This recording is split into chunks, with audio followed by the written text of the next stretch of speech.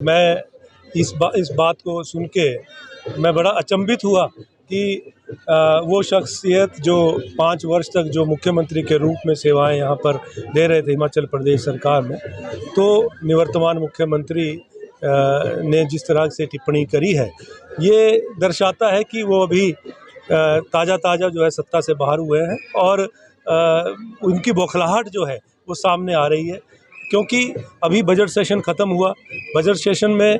जो प्रावधान रखा गया है, ख़ास तौर पे जो दूध की योजना, जिसको हिमगंगा के रूप में नाम देकर जो है हमने यहाँ पर जनहित में जो योजना लाई है दूध की, उस पे भी उनको टिप्पणी करनी चाहिए थी कि हमारे ग्रामीण की आर्थिकी बढ़ाने के लिए, ग्रामीण क्षेत्र की आर्थिकी बढ़ाने के लिए जो हमने दूध की योजना लाई है बजट सेशन में, जो उसको लेकर उनको टिप्पणी करनी चाहिए थी। युवाओं के लिए जो रोज़गार के साधन सृजित किए हैं, उन पर टिप्पणी करनी चाहिए थी।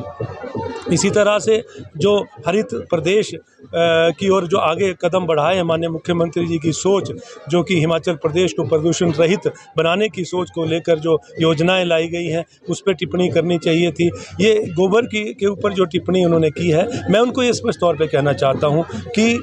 10 गारंटी योजनाएं जो घोषणा पत्र के रूप में जो पूर्व में प्रदेश कांग्रेस कमेटी की ओर से जारी किया गया था, वो सरकार बनने के बाद धरातल पर सारी योजनाएं उतरेंगी। और ये प्रमाण है इस बात का कि हमने ये कहा था कि पहले कैबिनेट की बैठक में सरकार बनने के बाद जो ओल्ड पेंशन स्कीम, जो हमारे कर्मचारी बंधुओं की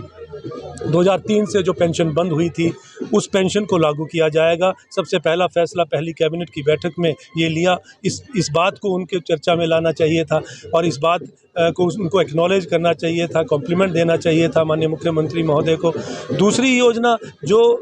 महिलाओं के लिए मान सम्मान निधि की बात थी, 1500 रुपये की राशि देने की बात थी, उसको हमने पूरा किया चरणबद्ध तरीके से। 2,31,000 महिलाओं को जो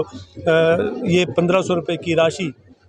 देने का प्रावधान, उसका बजट का प्रावधान जो इस बजट में हम माननीय मुख्यमंत्री द्वारा रखा गया, इस पे उन्होंने कोई टिप्पणी नहीं की। वो कर्मचारियों को सिर्फ लॉलीपॉप देते रहे और 5 वर्ष के बाद जब जनादेश कांग्रेस को मिला और उनको सत्ता से बाहर होना पड़ा, इस बात का जो रिजल्ट, इस बात का परिणाम जो है, जो उन्होंने झूठे वादे किए थे, जनता ने उन्हें दिया है। और जनता की जो उम्मीदें हमसे अपेक्षाएं हैं, 5 वर्ष के लिए सरकार चुनी गई है, 5 वर्ष के लिए जनादेश मिला है। आप इंतजार कीजिए, अभी 100 दिन से कुछ ही दिन ऊपर हुए हैं। समय आने पर सब कुछ जो हमने वादे किए हैं, जो 10 गारंटी योजनाएं हैं, उसको धरातल पर लाना जो है हमारी जिम्मेवारी है, दायित्व है।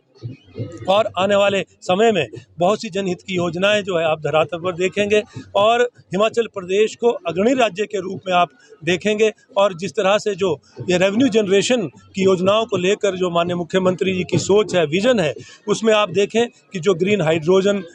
को लेकर जो पॉलिसी बनाने की जो योजना जो माननीय मुख्यमंत्री ने आदेश दिए हैं, और इसी तरह की अन्य योजनाएं जिससे कि रेवेन्यू जनरेशन हिमाचल प्रदेश में होगा, उससे आने वाले समय में हिमाचल प्रदेश की आर्थिकी बढ़ेगी और हिमाचल प्रदेश जो है आर्थिक रूप से संपन्न राज्य के रूप में पूरे राष्ट्र में अग्रणी राज्य के रूप में उभरेगा।